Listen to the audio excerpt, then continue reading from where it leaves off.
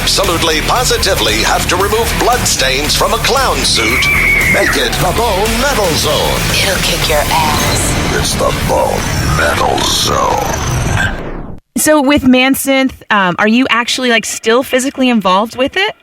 I mean, are you still not the day-to-day, obviously, since you're on tour, but do they still come to you? It, yeah. Day-to-day quality testing. Yeah. I do the day-to-day consumption of it to make sure that we keep the dream alive. Is there expansion, different lines, or is it just you made it, here it is, it's what it is, and you're good with it? I mean, you should just test drive it yourself. I think it's flammable. I think legally it could be considered a fire hazard. Now, how do you feel about the different regulations of absinthe in the U.S.? Because there are different ways of making it, right? In the U.S., they require you to do a lower proof. No, it's not. It's not the alcohol content. It's the level of wormwood, which is distilled, and it becomes something called Suzhone.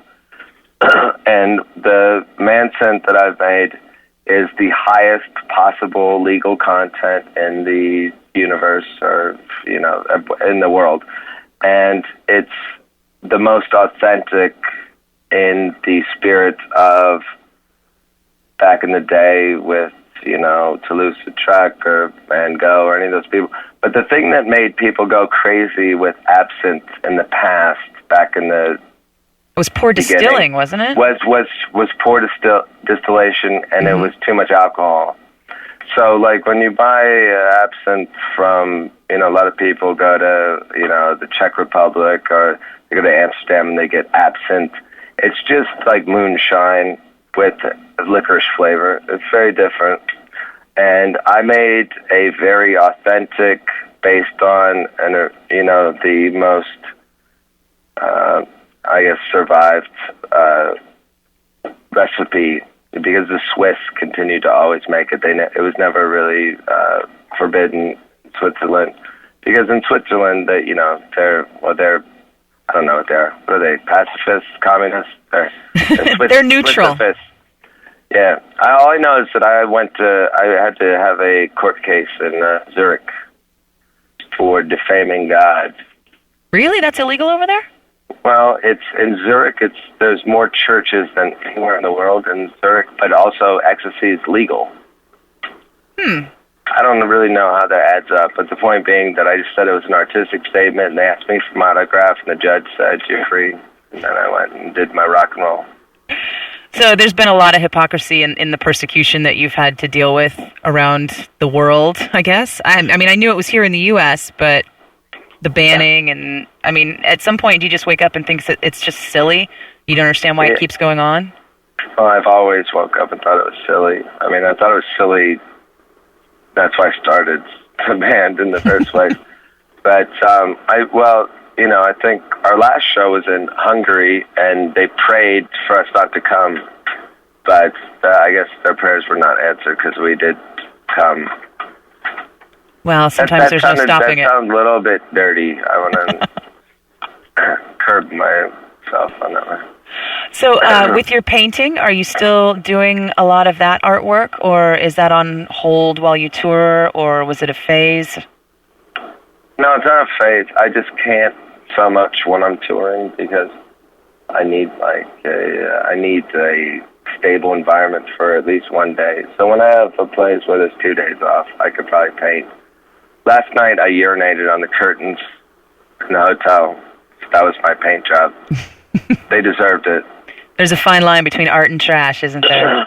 There's a fine line between everything, and if you don't snort it, you should pee on it. But no, I kind of miss painting right now. I'm actually homeless. I live on the bus. I live in hotels. So I evacuated my prior residence that I photographed. That's on my website and on my album artwork. And I mean, the house is probably condemned, but it was a place of transformation, because it was where I went through the whole experience of learning to be alone for the first time in my life. And I lived alone for the first time. It sounds silly, but I went from living with my parents, as everyone does, to going on tour, living with my best friend, living in serious relationships. And so I got to appreciate the difference between love, desire, dependence, all those things. And in the process, I pretty much did everything but burn down a house. But it looked, it was a figurative burning. The results of it are very well photographed. If I put them on I started using MySpace. Did you really? Yeah, I was against it before, but I thought it's very simple because you can just put pictures on there. But they kicked off some of my photographs. So I put some photographs of me. Well, not of me. I used, I don't know what it's called, a condom? Is that what it's called? Prophylactic? Yeah, I used a prophylactic for the first time, so I threw it on the wall and it stuck. So I took a photograph of it, and then MySpace took it off. They said it was offensive. I was trying to promote safe sex. Well, actually, MySpace has really been subjective with some of their photo removals. They took out a picture of my baby nephew in a bathtub. Ooh, that was subversive. It was. It's all in the eye of the beholder. If you see it as dirty, they should be judged, not us. So, are you really on MySpace, like on a regular basis? Are you enjoying it? Is it kind of a novel thing right now, or? It just makes it a simpler way for me to not really care about record sales in the same way before, because it doesn't really affect me financially. It's affected me artistically in the past, where I felt really stifled and really forced to do things by coercion that I didn't want to do, and then I realized it doesn't benefit me. I could sell a bunch of records. It doesn't really make a difference to me. I just want people to hear what I do, and I want people to come see me do it live. And, as everyone knows, essentially the record industry is dying or it's dead. It's prostitution. Like you're really pimped out, and you get no benefit from it. And you end up doing things you don't want to do if you're not paying attention or you're not, determined. And so I just adopted the attitude of, here's the simple facts in life. And I sat down and I had this conversation with my record label, and I said, until you can gain the attention and love of a beautiful person in the same way I do, or the, appreciation of people that I do, then go suck a dog dick, because I don't really care. Because I think it's the same story in art and history. Artists have always been exploited by people who aren't artists, and they do it intentionally because they're bitter and because they want to rob them of their money.